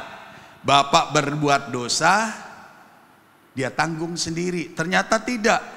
Dosa itu seperti anak panah yang akan sampai dari generasi ke generasi. Ada contoh-contohnya di Perjanjian Lama. Saudara tahu Abraham? Saya bacain aja ayatnya saudara. Keluaran kejatuhan Adam dan Hawa, Abraham, Kejadian 12 ayat 12-13. Apabila orang Mesir melihat engkau, mereka akan berkata, itu istrinya. Jadi mereka akan membunuh aku dan membiarkan engkau hidup. Katakanlah bahwa engkau adikku, supaya aku diperlakukan mereka dengan baik karena engkau, dan aku dibiarkan hidup oleh sebab engkau. Saudara, Abraham berdosa karena dia berbohong, dia menipu. Waktu masuk ke Mesir, dia bilang sama istrinya, istriku nanti kalau kita masuk sini orang-orang tanya, kamu adikku ya, jangan bilang kamu istriku, nanti aku dibunuh. Saudara tahu anaknya Ishak juga lakukan hal yang sama. Di dalam Kejadian 26 ayat 6-7, jadi tinggallah Ishak di Gerar. Ketika orang-orang di tempat itu bertanya tentang istrinya, berkatalah, iya, dia saudaraku, sebab ia takut mengatakan ia istriku, karena pikirnya jangan-jangan aku dibunuh oleh penduduk tempat ini karena Ribka, sebab elok parasnya. Ternyata saudara, Ishak melakukan dosa yang sama seperti yang Abraham lakukan. Ini yang namanya pola dosa. Bukan cukup sampai di Ishak, tapi demikian juga dengan anak-anaknya, ya, anak-anaknya Ishak, ya. Yakub itu menipu bapaknya dengan menyamar sebagai Esau, melakukan dosa penipuan lagi, memberi makan. Waktu Ishak nanya, kamu kah Esau? Ya bapak, aku ini Esau. Akhirnya diberkati mendapatkan hak kesulungan. Ternyata dosa itu nggak cukup sampai di Yakub, turun lagi ke bawah. Ketika Yusuf dibenci oleh sama saudara-saudaranya, Yusuf dibuang ke sumur dan dijual ke pedagang-pedagang di Mesir. Apa yang dikatakan anak-anaknya kepada bapaknya? Dia katakan bahwa Yusuf itu mati diterkam binatang buas. Ditunjukinlah jubah yang diberikan bapaknya berlumuran darah binatang, tapi bapaknya karena sudah buta tidak melihat, dia menangis. Dia percaya itu sebagai jubahnya Yusuf. Saudara, dosa yang dilakukan Abraham turun ke Ishak, Ishak turun ke Yakub, Yakub turun ke anaknya. Ini yang namanya pola dosa. Contoh dosa lain. Saudara, Daud itu orang yang dikasihi Tuhan. Daud pernah melakukan dosa. Apa dosa Daud? Ada dua dosa yang sangat menonjol dalam kehidupan Daud. Yang pertama, dia berzina dengan Batsheba. Lalu yang kedua, Daud membunuh suami dari Batsheba. Suaminya Uria dibunuh karena dia ingin mendapatkan istrinya. Apa yang terjadi? Dosanya Daud diampuni, tapi kutuk itu turun ke anak-anaknya. Anaknya Daud itu punya beberapa istri. Dari istrinya ada anak yang bernama Amnon. Amnon itu suka kepada Tamar. Tamar itu adik Absalom. Mereka satu bapak tapi lain ibu. Kemudian si Amnon itu memperkosa Tamar. Dosa bapaknya turun ke anaknya. Yang kedua, saudara tahu Nabi Salomo, raja yang bijaksana. Ya, tidak ada yang sebijaksana selain Salomo. Saudara, kita ini kalah bijaksana dengan Salomo. Tapi tahukah saudara, orang yang sebijaksana seperti Salomo punya istri 700 dan gundiknya 300. Masih jauh lebih bijaksana saudara yang istrinya cuma satu, suaminya cuma satu. Kenapa Salomo mengalami dosa tersebut? Karena kutuk yang dilakukan bapaknya. Saudara, Daud itu berbuat dosa, anak-anaknya yang nanggung. Ketika Daud membunuh membunuh Uria, anak-anaknya juga menanggung saudara. Ya, kalau kita lihat anak-anaknya itu si Absalom membunuh Amnon, ya dibunuh. Dan yang kedua, anak-anaknya yang lain, ya anak-anak dari hasil perzinahannya juga mati dengan Batsheba, masih bayi. Lahir sebentar, gak lama mati saudara, meninggal. Absalom sendiri dibunuh oleh Yoab, keponakannya Daud. Yang terakhir anaknya Daud yang namanya Adonia dibunuh juga saudara oleh panglima tentara Raja Daud Benaya. Dosa yang bapak-bapak lakukan, anak-anaknya menanggung. Karena itu kalau tahu tentang hal ini ngeri. Kita sebagai orang tua hati-hati. Waktu kita berbuat dosa, ternyata kita pikir biar kita yang nanggung, ternyata jatuh ke anak-anaknya. Yang kedua saudara, celah dosa. Ya, kita lihat polanya dalam keluarga kita dulu. Ya, pola dalam keluarga kita apa saudara? Ada orang tua yang dulunya rumah tangganya berantakan. Ternyata keturunannya ada yang berantakan. Ada yang orang tuanya ribut terus rumah tangganya. Punya anak-anaknya. Memang saudara yang namanya kutuk itu kadang bisa menempel anak pertama, anak kedua, anak ketiga. Tapi kutuk itu selalu ada. Ada yang sakit-sakitan, turun juga ke anak. Ada yang suka bertengkar, turun juga suka bertengkar. Ada yang kawin cerai, ternyata begitu kita lihat polanya, keluarga ini kena kutuk ini, keluarga ini kena kutuk ini. Benar gak saudara? Pasti diantara saudara ngalamin juga, melihat pohon keluarga saudara, ada kutuk. Lalu yang kedua, celah dosa. ya. Celah dosa itu akibat penolakan, ditolak, ya, diabaikan, dilecehkan, itu menimbulkan sakit atau celah. Disinilah celah iblis masuk. Nah saudara, dari hal-hal di atas kita melihat bahwa ternyata kutuk-kutuk itu masih aktif dalam hidup kita. Makanya buat orang yang belum menikah, sebaiknya saudara harus pikirkan itu. Pohon keluarga. Kemarin saya pernah dengar dari istri saya ngomong, ada pasangan suami istri, pasangan yang mau menikah, bercerai, diputus, padahal dua-duanya saling suka, saling mencinta. Tiba-tiba putus hanya karena orang tuanya tahu pohon keluarga dari pihak istrinya itu tidak baik. Diputus, padahal mereka saling mencinta. Sekarang juga ada konseling, ya, rumah pra pernikahan, mereka konseling. Kadang-kadang dipelajari karakter si lakinya begini, karakter perempuannya begini. Wah, ini kalau bersatu potensinya berat nih, bisa berbahaya rumah tangganya. Mereka bisa pisah dulu sebelum menikah. Tapi bagaimana buat orang yang sudah menikah, sudah terlanjur ngalamin hal seperti itu?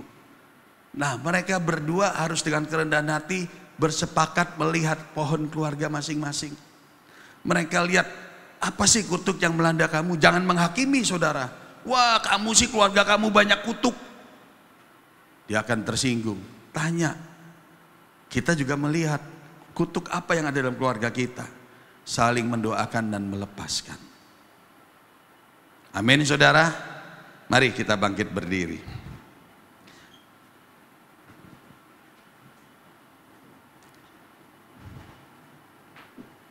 Kita mau melepaskan semua kutuk-kutuk itu. Saudara, yang namanya pelepasan roh dalam diri kita, saudara mungkin ada perlu hamba-hamba Tuhan yang melepaskan. Tapi saudara juga punya hak, punya otoritas untuk mengusir roh-roh yang ada dalam diri saudara. Saudara, kalau ada orang lain masuk ke rumah kita, orang yang tidak kita kenal masuk ke rumah kita, kita sendiri yang berhak mengusir orang tersebut. Saudara, tubuh ini bait Allah, tubuh ini milik kita. Kalau ada roh lain yang masuk dalam diri kita, kita usir, dia akan keluar. Karena kita punya otoritas mengambil kemenangan Tuhan sebagai kemenangan kita. Iblis itu nggak ada hak lagi. Kita sebagai tuan rumah berhak mengusir. Jadi tidak perlu bantuan. Kadang-kala memang ada perlu bantuan hamba Tuhan untuk dilepaskan. Dan yang namanya pelepasan itu tidak harus kita manifestasi. Kalau manifestasi berarti setannya keluar. Kadangkala ada setan itu bertipu muslihat, seolah-olah bermanifestasi tapi dia belum keluar. Tapi juga ada nggak bermanifestasi, waktu kita usir setannya itu akan keluar. Saudara, tahukah saudara, perkataan kita ini penuh kuasa? Apa yang keluar dari mulut kita itu berasal dari hembusan roh Allah dalam diri kita. Waktu kita usir, saudara, saya pernah nonton, ada orang melakukan penyelidikan, yang satu tumbuh-tumbuhan, dua pohon yang sama-sama bertumbuh. Yang satu pohonnya dipuji-puji, yang satu diejek, dipermalukan, dihina-hina, dimarahin. Apa yang terjadi?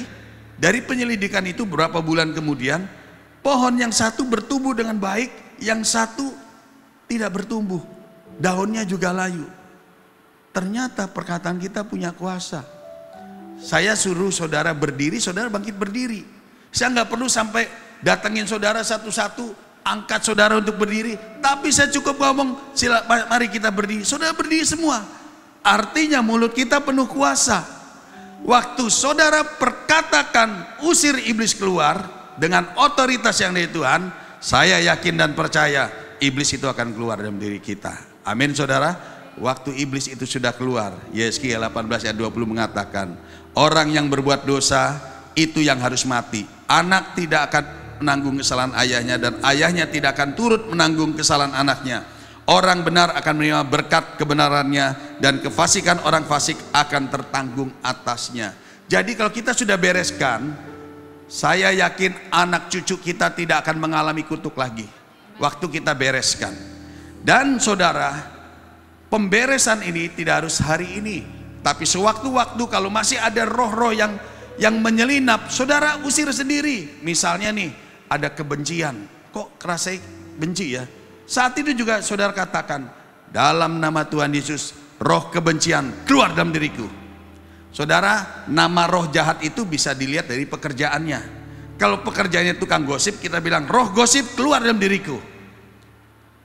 Roh mata keranjang keluar dalam diriku.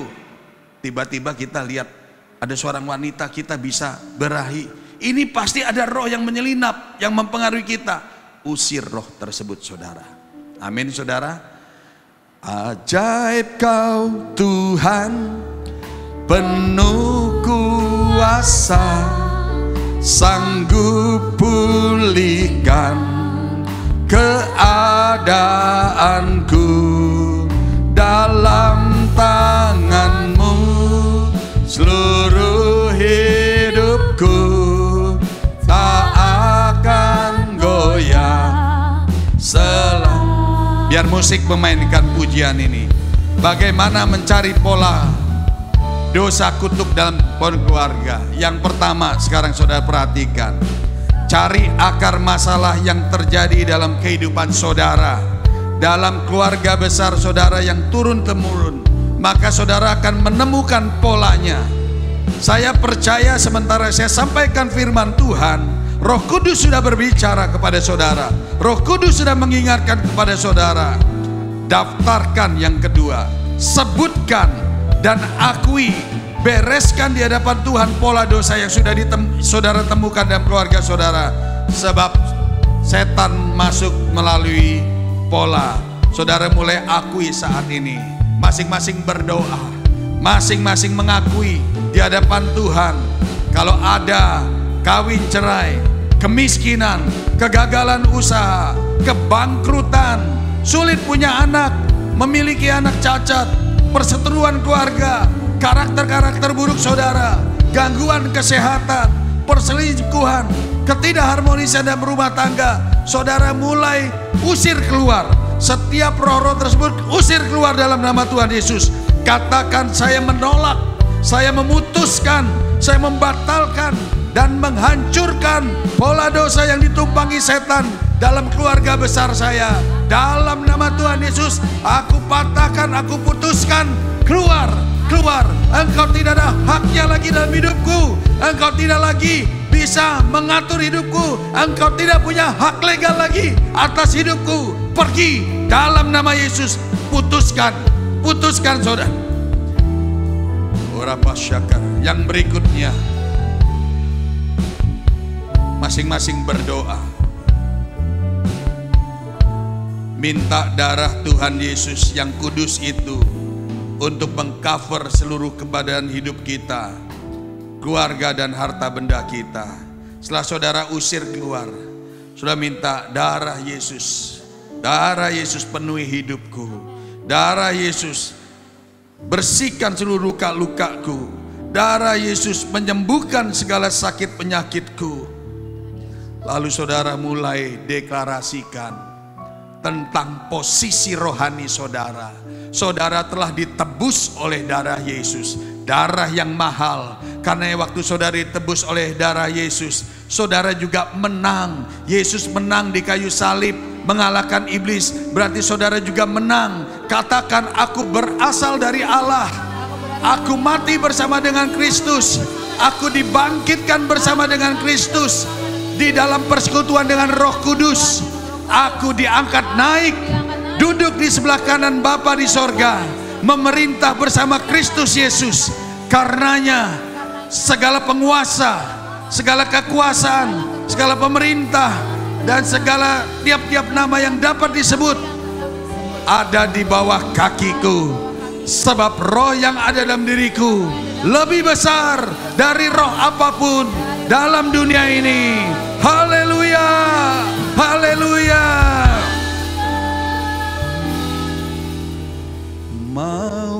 kau terlepas dari dosa. Darahnya berkuasa, darahnya berkuasa. Ingat jiwamu sangat berharga. Darah domba Allah berkuasa. Ada kuasa, ada kuasa dalam darah yang ada kuasa. Mbak Allah, rayakan kemenangan bersama denganku. Kuasa dalam darahnya, darah anak. Ku menang, ku menang. Dengan nada cepat. Ku menang, ku menang. Bersama Yesus Tuhan. Ku menang, ku menang. Di dalam peperangan. Ku menang, ku menang atas segala setan. Haleluya, haleluya, haleluya, haleluya. Dia bangkit, haleluya. Dia hidup, haleluya. Dia naik roh dalam nama Yesus. Dalam nama Yesus, dalam nama Yesus ada. Deklarasikan lewat pujian saudara. Dalam nama Yesus, dalam nama Yesus, iblis dikalahkan. Dalam nama Tuhan Yesus, siapa dapat melawan? Dalam nama Tuhan Yesus, Tuhan Yesus tidak berubah. Tuhan Yesus tidak berubah, tidak berubah, tidak berubah. Sebab Dia tak pernah berubah, amin. Tuhan Yesus tidak berubah, tak berubah selama-lamanya. Haleluya, haleluya, haleluya, haleluya, haleluya, haleluya, haleluya. Umat yang berkemenangan beri tepuk tangan sorak-sorai buat Tuhan Yesus. Haleluya. Saat duduk kembali jemaat Tuhan. Haleluya, saya ingin percaya siang hari ini kita dikuatkan oleh kebenaran firman Tuhan. Dan saya percaya juga yang datang ke sini membawa beban berat, membawa pergumulan, kita pulang dari tempat ini, kita membawa kemenangan, kita membawa kemerdekaan yang berasal daripada Tuhan, amin. Haleluya. Mari jemaat Tuhan, tiba saatnya kita akan memberikan persembahan kita yang kedua. Sebelum itu mari persiapkan persembahan yang terbaik untuk Tuhan dan kita akan satu di dalam doa. Terima kasih Tuhan Yesus, sungguh kami bersyukur Tuhan buat kemenangan, buat kemerdekaan yang Tuhan berikan bagi setiap kami. Hati kami yang terbelenggu, kami percaya Tuhan yang lepaskan kesakit hatian kami. Tuhan yang berikan kami hati yang baru. Tuhan baharui setiap hati kami, hidup kami di dalam Engkau ya Bapa. Dan tiba saatnya Tuhan kami akan memberkati pekerjaan Tuhan di tempat ini. Kami akan menabur melalui setiap berkat yang Tuhan berikan kepada kami ya Bapa. Biarlah apa yang kami berikan ini kiranya boleh dipakai untuk memperluas pekerjaan Tuhan di tempat ini. Kami siap memberi dengan sukacita di hadapan Tuhan. Yang siap memberi sama-sama dengan saya katakan amin. Haleluya. Sambil kita mempersembahkan yang terbaik untuk Tuhan melalui persembahan kita, jemaat Tuhan, kita akan menyaksikan juga pengumuman yang akan disiarkan melalui multimedia. Selamat memberi, Tuhan Yesus memberkati.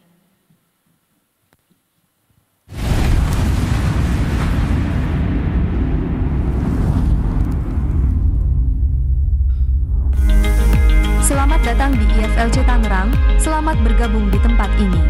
Kami senang Bapak Ibu datang beribadah di tempat ini. Ibadah Raya 1 dan 2 minggu depan akan dilayani oleh Evangelis Deborah Dewi, pukul 8 dan 10 pagi. Dilanjutkan Ibadah Raya 3 akan dilayani oleh Pastor Abraham Irwan pada pukul 17 waktu Indonesia Barat. Mari datang bersama teman dan keluarga Anda. Healing Worship Night minggu depan hanya diadakan secara online. Pada Rabu, 21 Agustus 2024. Tayang di YouTube Toms Halies TV pukul 19 waktu Indonesia Barat. Shalom anak-anak muda, para generasi-generasi Kristus. Mari bergabung bersama kami dalam ibadah youth. Setiap hari Sabtu pukul 17 WIB di tempat ini dan ajak teman-teman untuk lebih dalam lagi mengenal Tuhan. Demikian pengumuman minggu ini, sampai jumpa minggu depan. God bless you. Haleluya, saya mewakili jemaat Tuhan di tempat ini mengucapkan selamat datang kepada jemaat Tuhan yang mungkin baru pertama kali hadir di tempat ini. Mungkin ada yang baru pertama kali hadir di tempat ini, boleh lambaikan tangan. Ada yang baru pertama kali hadir, jemaat Tuhan. Haleluya. Ada di depan yang baru hadir, mungkin boleh para pengerja memberikan salam. Haleluya. Nah, kita percaya turut mengundang Bapak Ibu jemaat Tuhan yang baru pertama kali hadir di tempat ini, kalau belum memiliki tempat ibadah yang tetap untuk minggu depan, boleh bersama-sama datang kembali di tempat ini untuk memuji menyembah Tuhan. Haleluya, kita akan menutup ibadah kita pada siang hari ini. Kita dengan pujian yang terberkat, yang dia katakan diberkatilah. Haleluya.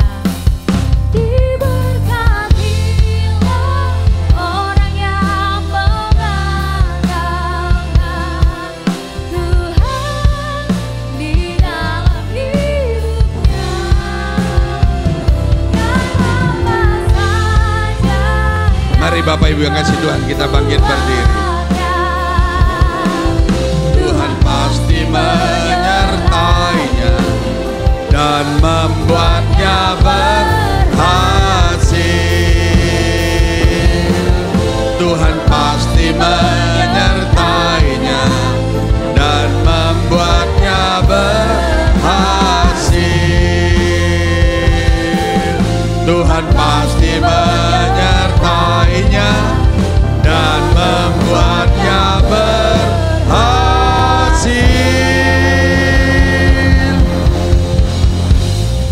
Mari Bapak Ibu yang kasih Tuhan, kita buka hati kita dan angkat kedua tangan kita. Tuhan memberkati engkau dan melindungi engkau. Tuhan menyinari engkau dengan wajahnya dan memberikan engkau kasih karunia. Tuhan menghadapkan wajahnya kepadamu dan memberikan engkau damai sejahtera. Saat ini pulanglah dan terimalah berkat kasih karunia damai sejahtera yang berlimpah-limpah yang dicurahkan Bapa dari surga melalui anak yang tunggal Tuhan kita Yesus Kristus, serta dalam persekutuan yang manis bersama dengan Roh Kudus menyertai hidup saudara sekalian mulai saat ini sampai Maranatha Yesus Kristus datang kali yang kedua dan bahkan sampai selama-lamanya. Mari kita yang percaya katakan amin. Selamat siang, Tuhan Yesus memberkati.